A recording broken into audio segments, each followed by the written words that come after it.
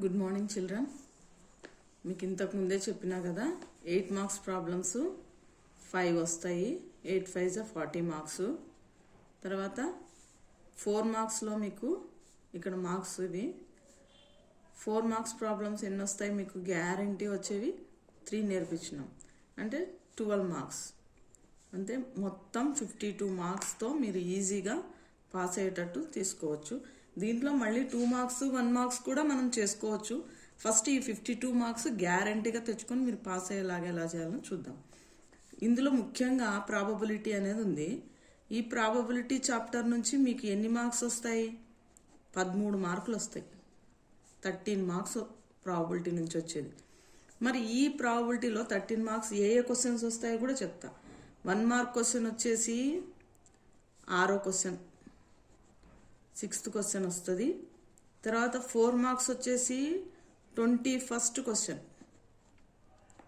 తర్వాత 8 marks problem వచ్చేసి ఎక్కడ వస్తుంది మనకు 31st క్వశ్చన్ వచ్చేసి మీకు ప్రాబబిలిటీ నుంచి వస్తాయి.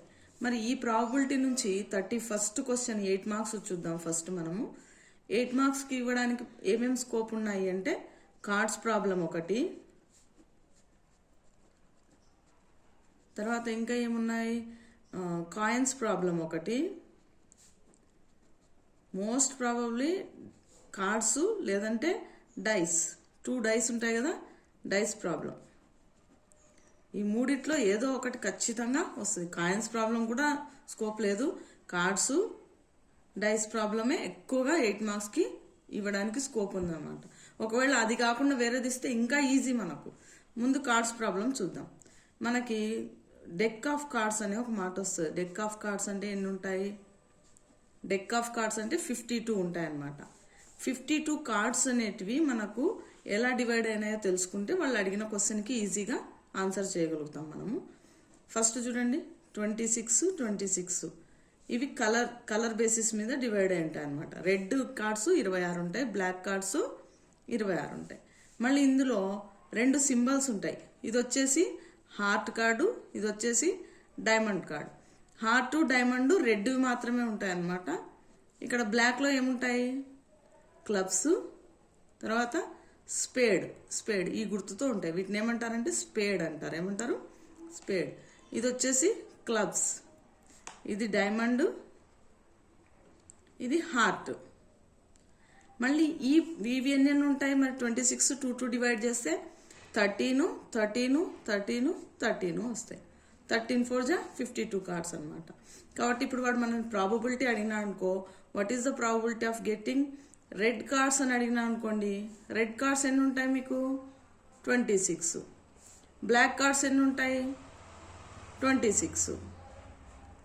అలాగనే హార్ట్ కార్డ్స్, హార్ట్ సింబల్ ఉండే కార్డ్స్ ఎన్ని ఉంటాయంటే 13 కార్డ్స్ ఉంటాయి. Same as it is diamond, తర్వాత క్లబ్స్, తర్వాత స్పేడ్, అన్ని కార్డ్స్ కూడా 13 ఉంటాయి అన్నమాట. ఒకవేళ what is the probability of getting red card అన్నారనుకోండి, అప్పుడు ఏం రాస్తారు మీరు? ఇప్పుడు దీంట్లోనే ఈ 13 కార్డ్స్లో ఆస్ కార్డ్ ఫస్ట్ ఉంటుంది, తర్వాత 2 3 4 5 6 7 8 9 10, తర్వాత మనకు 10 తర్వాత జాకీ కార్డు ఉంటుంది, క్వీన్, కింగ్, ఇలా 13 కార్డులు ఉంటాయి అన్నమాట. ప్రతి దాంట్లో ఇట్లే ఆసు 2 3 4 5 6 7 8 9 10, Jack, queen, king, same as it is అన్నిట్లో ఇలాగనే ఉంటాయి అన్నమాట. మనకు అడిగినప్పుడు ఈ ప్రాసెస్ తెలిసిందనుకోండి, ఈజీగా మనము చేయగలుగుతాం. ఇంకా ప్రాబబిలిటీ అంటే ఏం లేదు, కన్ఫ్యూజ్ కాకుండా మీరు లెక్క పెట్టుకోవడం ఒకటే ముఖ్యం. మొత్తం కార్డ్స్ ఎన్ని, టోటల్ కార్డ్స్ ఎన్ని తెలుసుకోవాలి. డెక్ ఆఫ్ కార్డ్స్ అని ఇచ్చిన అనుకోండి, అప్పుడు టోటల్ కార్డ్స్ ఎన్ని ఉంటాయి? Total cards are 52. Total cards ఎన్ని 52. కాబట్టి ఇప్పుడు what is the probability of, ఇట్లా క్వశ్చన్ ఇచ్చిన అనుకోండి, what is the probability of getting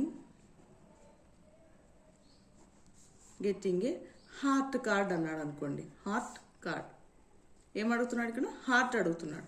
heart అంటే ఏంటి? మనకు టోటల్ కార్డ్స్ రాసుకోవాలి ఫస్ట్. మనకు total possible outcomes. Total possible outcomes ఎన్ని ఉన్నాయి మనకి ఇక్కడ? టోటల్ ఎన్ని ఉన్నాయి కార్డులు? డెక్ ఆఫ్ కార్డ్స్ నుంచి ఫ్రమ్ డెక్ ఆఫ్ కార్డ్స్ అని ఇస్తాడు. 52 కార్డ్స్ అని రాస్తాం. టోటల్ వచ్చేసి 52. ఇక్కడ మనకి ఏం అడిగినాడు? Heart card. మన ఫేవరబుల్ అవుట్కమ్ ఏంటి? Favourable outcome. ఫేవరబుల్ అవుట్కమ్ ఏంటి? Heart card. హార్ట్ కార్డ్స్ ఎన్ని ఉన్నాయి మనకి ఇక్కడ? హార్ట్ అంటే ఎక్కడ ఉంది మనకి ఇక్కడ? హార్ట్ ఎన్ని ఉన్నాయి? 13 కదా. 13 కార్డ్స్ అని రాస్తాం. దీన్ని ఎట్లా రాయాలి? ప్రాబబిలిటీ ఆఫ్, ఇక్కడ మీకు ఇచ్చినది ఉంటుంది కదా, ఇచ్చినదే రాయాలి. ప్రాబబిలిటీ ఆఫ్ ఇట్లా బ్రాకెట్ పెట్టి గెట్టింగ్ ఏ హార్ట్ కార్డ్ అని రాసి ఇది బ్రాకెట్లో ఉంచి ఈజ్ ఈక్వల్ టు సేమ్ ఇక్కడ favourable outcomes by favourable outcomes by total possible outcomes. ఇప్పుడు మనకు ఫేవరెట్ ఎవరు? హార్ట్ కదా. ఎన్ని వచ్చినాయి మనకు? 13 ఉంది.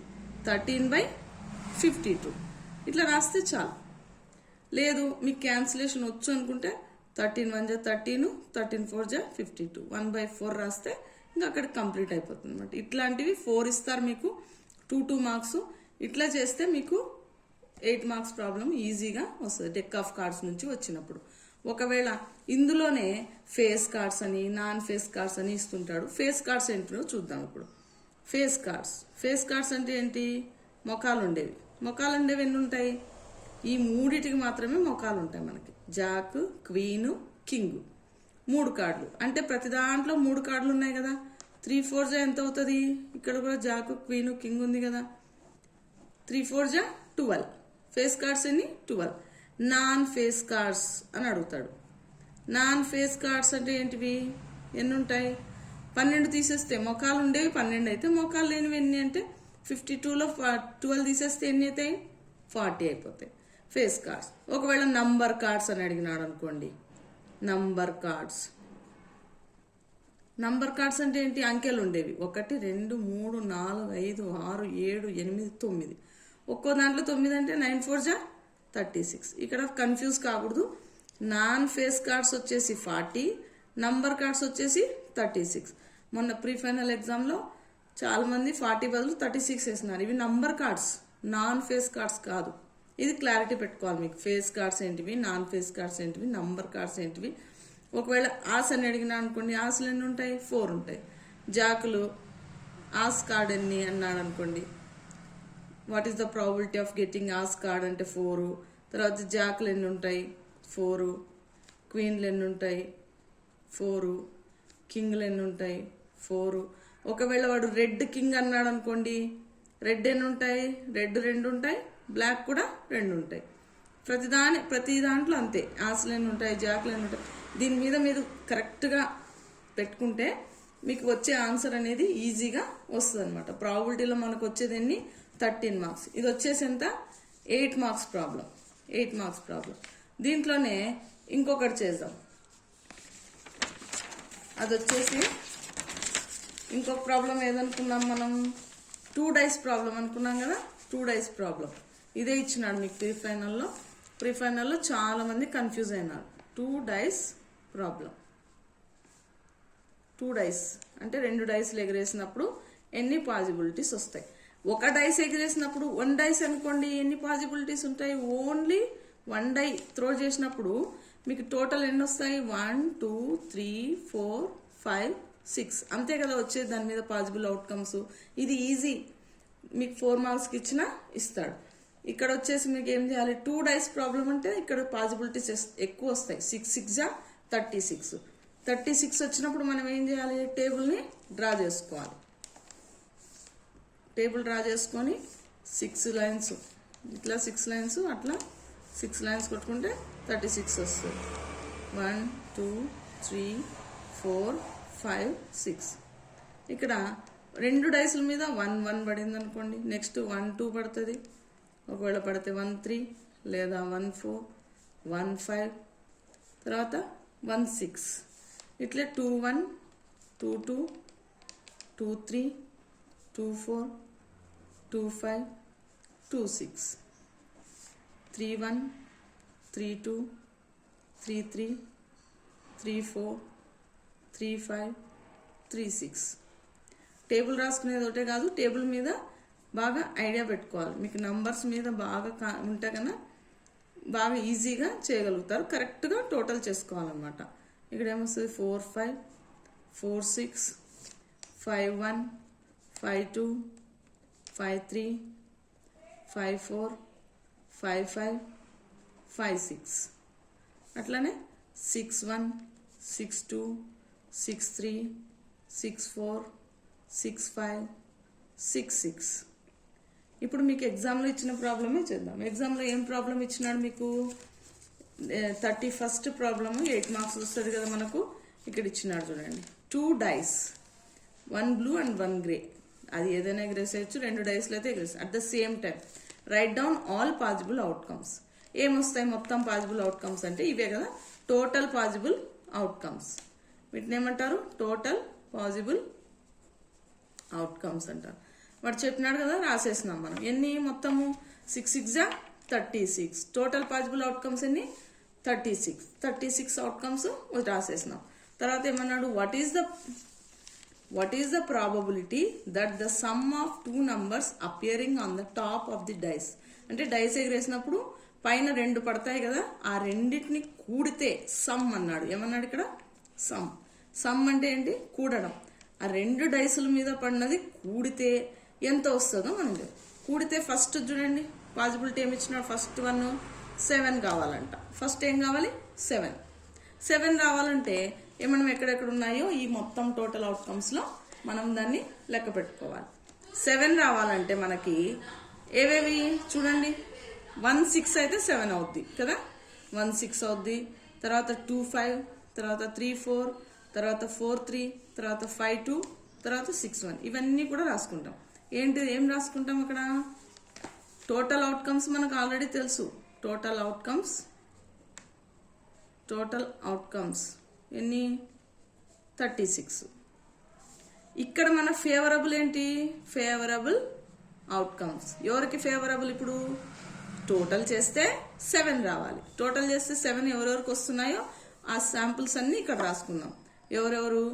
1 6 ఇక్కడ టేబుల్లో ఉన్నాయి కదా, 2 5, ఇంకెవరు వస్తున్నారు? 3 4, నెక్స్ట్ ఎవరు? 4 3, నెక్స్ట్ 5 2, ఇంకోటి ఏముంది? 6 1. మొత్తం ఎన్నైనా ఇప్పుడు?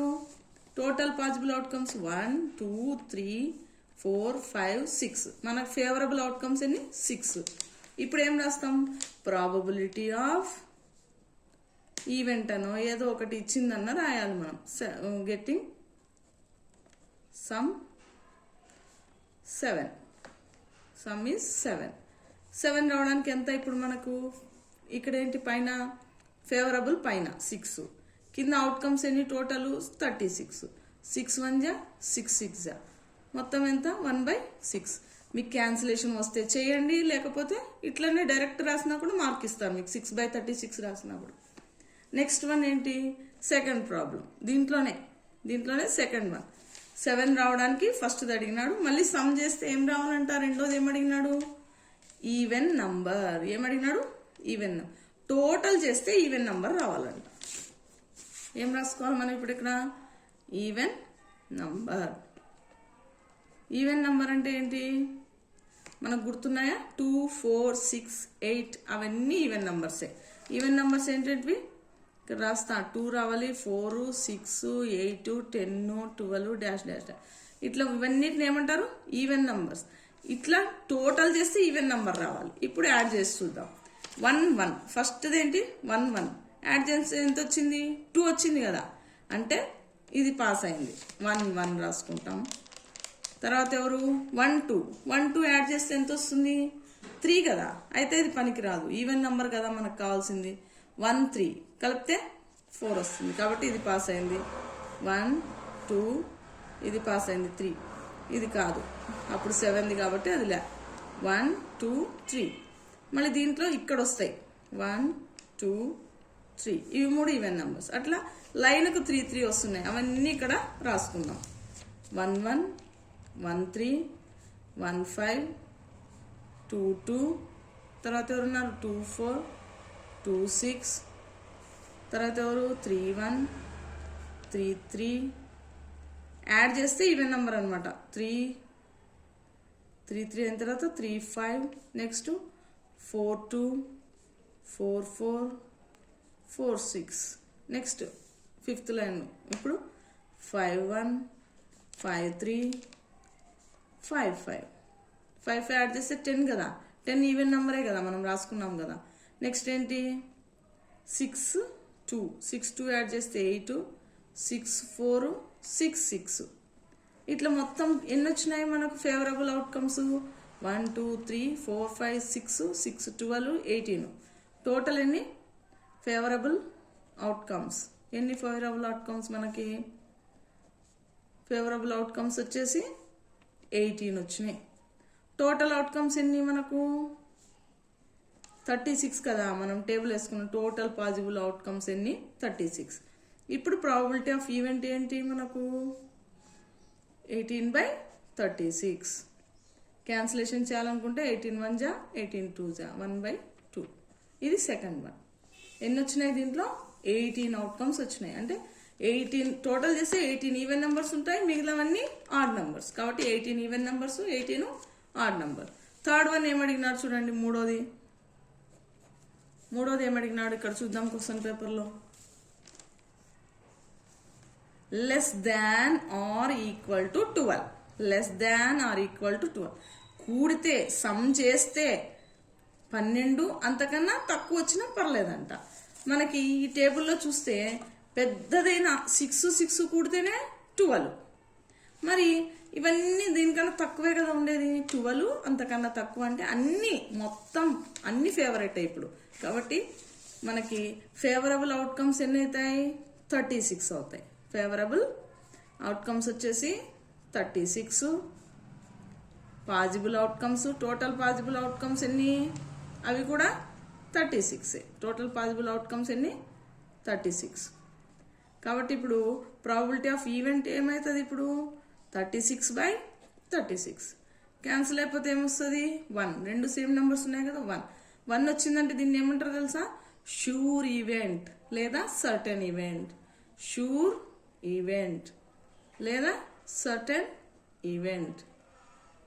ఇదేంటిది? ఇది 2 డైస్లు ఎగిరేసినప్పుడు వచ్చే ప్రాబ్లం. ఇది 8 మార్క్స్కి వస్తుంది. ఇందాక మనం చేసినాం కదా కార్డ్స్ ప్రాబ్లం. ఈ రెండింటి మీద మీరు బాగా అవగాహన పెట్టుకుంటే 8 మార్క్స్ అనేవి మీకు ఖచ్చితంగా వస్తాయన్నమాట. కాబట్టి ఇంకా 1 మార్క్ కూడా చూద్దాము, ఏమున్నాయో చూద్దాం. అది కూడా ఇక్కడ ఇవి 8 మార్క్స్ గుర్తుపెట్టుకోండి. మళ్ళీ ఇంకొక వీడియో చేసి మళ్ళీ పెడతా. ఓకేనా?